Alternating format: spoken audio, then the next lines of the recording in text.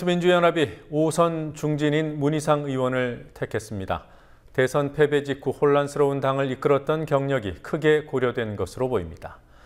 만장일치 추대 형식이어서 갈등 국면이 진정됐다는 평가를 할 수 있지만 당의 근본적인 변화와 혁신을 이끌어가기에는 신선함이 떨어진다는 반응이 우세합니다.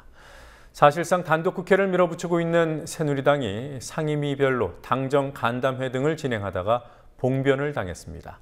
쌀시장 전면 개방에 반대하는 농민들이 농해수위 당정 간담회장에 들이닥쳐 계란을 던지고 고춧가루를 뿌리며 격렬히 항의했습니다. 국회 나가 있는 중계 카메라 연결해 보죠. 곽보아 PD. 비대위원장으로 낙점된 문희상 상임고문, 내년 전당대회까지 약 5개월 동안 당의 간판이 될 텐데요. 민주연합을 어떤 방향으로 이끌지 궁금합니다. 네, 아무래도 이번 비대위의 성격이 내년 초 전당대회를 준비하는 관리형이 될 가능성이 높은 만큼 문 의원은 계파 극복과 당 화합을 주 과제로 삼을 것으로 보입니다. 새정치민주연합은 오늘 비대위원장 추천단 연석회의에서 내년 초 전당대회까지 당을 이끌 비상대책위원장에 5선의 문희상 의원을 선출했습니다. 문희상 의원은 야당이 지난 대선에서 패한 직후 비대위원장을 맡아 당의 위기를 수습한 경험이 있습니다. 노무현 전 대통령 시절 청와대 비서실장을 지냈기 때문에 친노계로 분류되긴 하지만 개파색이 옅고 연륜을 갖췄다는 점에서 민주연합의 위기를 수습할 유력한 대안으로 거론돼 왔습니다. 문 의원은 오늘 오후 취재진과 만나 강력한 야당이 서야 여당도 바로 서고 대통령도 바로 설 수 있다는 말로 강력한 야당을 강조했습니다. 비대위원장 뽑는 연석회의가 오늘 오후에 있었습니다. 만장일치로 추대됐더군요. 네, 토론 과정에서 이견이 있었던 것으로 전해졌지만 결국 만장일치 추대로 합의가 모아진 것으로 보입니다. 유기용 민주연합 수석 대변인은 비대위원장 추천 회의가 끝난 후 기자들과 만나 당이라는 건 과정에서는 여러 가지 이견이 있더라도 마지막에 의견을 하나로 모아서 하는 것이라고 말했습니다. 비대위원장 추천단 회의는 오후 2시부터 국회 민주연합 당대표 회의실에서 2시간 30분 정도 이어졌습니다. 상임 고문단을 비롯해 전현직 당대표와 원내대표 등 21명이 참석했고 손학규 안철수 고문과 비대위원장을 고사한 이석현 국회 부의장 등은 불참했습니다. 민주연합은 내일 소속위원 전원과 광역자치단체장, 기초단체협의회 대표, 전국 시도당 위원장이 참석하는 합동회의에 연석회의 결과를 보고하고 문 의원을 비대위원장으로 공식 선출할 예정입니다.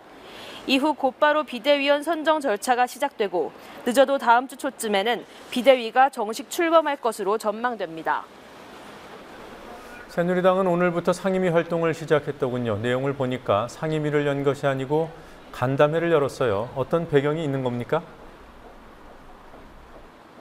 네, 야당의 협조가 없이는 회의 소집 자체가 부담이 크고 무리해서 단독으로 회의를 열어도 법안 심사 등의 실질적인 활동을 하기가 어렵습니다.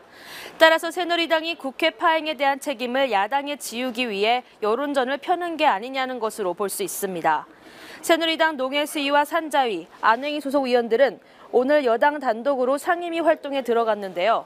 제대로 된 상임위 회의를 열 수 없어 당정 협의나 비공개 간담회 등으로 겨우 모양새만 갖췄습니다.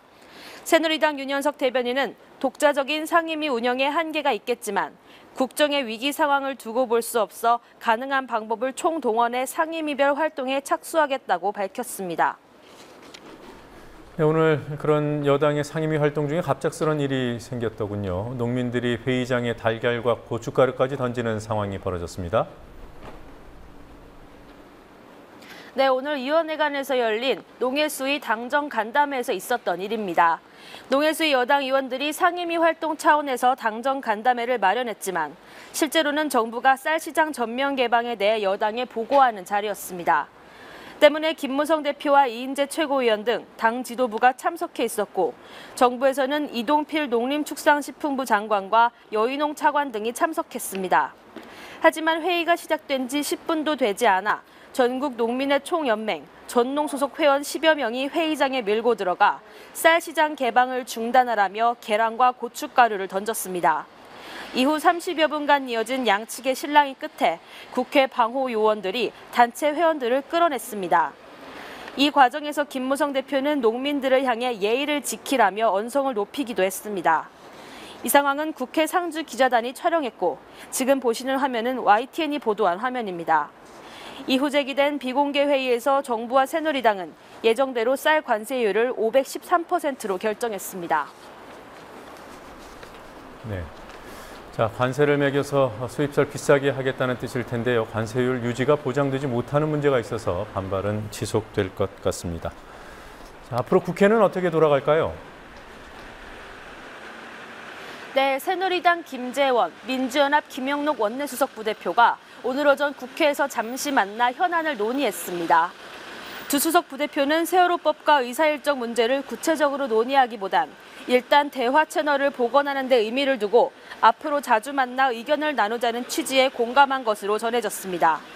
하지만 여전히 여당은 야당의 국회 파행의 책임을 돌리고 있고 야당은 세월호 특별법이 우선이라는 입장입니다. 오늘 오전 새누리당 최고위원회에서 나온 김무성 대표의 발언과 민주연합의 오후 예상정책 간담회장에서 나온 박영선 원내대표의 발언 차례로 들어보시겠습니다. 단독국회 혹은 반쪽국회 강행은 가급적 피해야 한다는 것이 우리 모두의 생각입니다. 그러나 우리 국회가 더 이상 파행 중단되어서는 안 되겠다 하는 것도 중요한 문제입니다. 상임위원회 회의실 문을 활짝 열고 야당을 기다리겠으니 이제 그만 회의장으로 돌아와 주시기를 간절한 마음으로 다시 한번 부탁드립니다. 새정치민주연합은 국회의장의 일방적이고 독단적인 의사 일정을 받아들일 수 없습니다.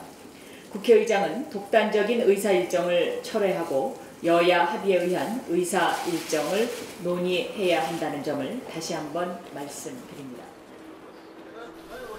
그리고 새누리당에서 보수혁신특별위원회라는 조직이 오늘 공식 출범했습니다. 위원장을 김문수 전 경기지사가 맡기로 했다는데요. 오늘도 모습을 안 보였더군요. 혹시 갈등이 있거나 또는 맡아봐야 별 실익이 없는 자리로 보는 건 아닙니까?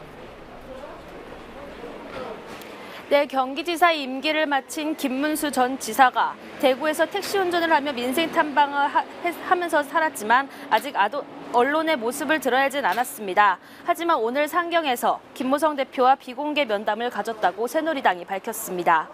오전 최고위원회의에서 김무성 대표는 김문수 전 지사를 가리켜 새누리당에서 개혁적 이미지가 제일 강하고 검증된 우리 당의 소중한 자산이라고 추켜 세웠습니다. 일각에서는 김무성 대표가 향후 대권 경쟁자가 될 수도 있는 김문수 전 지사를 포용하는 모양새를 노렸다고 지적합니다. 이 조직이 표방하는 혁신은 뒷전이라는 의미로도 해석될 수 있습니다. 실제로 위원들 명단을 보면 대부분 비주류인 친이 비박계 초재선 의원들이 대거 포함돼 있어서 실질적인 혁신의 성과를 만드는 데 무리가 있어 보입니다. 앞서 새누리당은 지난 7.30 보궐선거를 앞두고 이준석 위원장을 내세워 새바위라는 혁신위원회를 출범했지만 이렇다 할 성과 없이 유야무야 활동을 접은 일이 있습니다. 따라서 김문수 위원장이 이끌게 될 혁신위원회가 공천제도 개혁과 당내 민주화 등의 목적에 부합하기보다 정치쇼로 끝날 공산이 크다는 지적이 당 안팎에서 나오고 있습니다. 네, 김문수 전 지사의 경우에 지난 재보선 때 당의 요구를 거절한 적이 있죠. 그래서 이번에도 거절하기는 어려웠을 텐데요. 별 실익이 없다고 판단하는 게 아닐까 싶습니다. 자, 여기까지 듣도록 하겠습니다. 박보아 PD 수고했습니다.